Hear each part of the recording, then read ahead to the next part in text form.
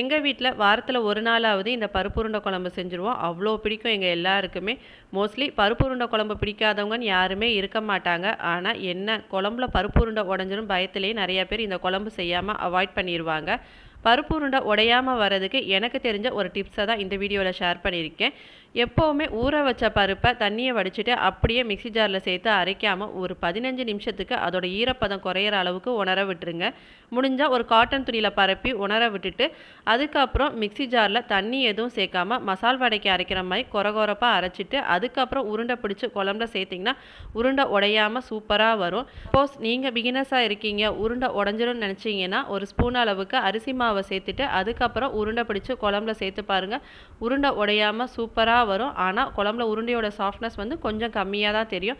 நான் சொன்ன இந்த டிப்ஸை ஃபாலோ பண்ணி இனி உருண்டை குழம்பு செஞ்சு பாருங்க. உருண்டை உடையாம சூப்பரா வரும். பாருங்க இப்போ உருண்டை எவ்வளோ சாஃப்ட்டா வந்திருக்கு. ட்ரை பண்ணி பாருங்க.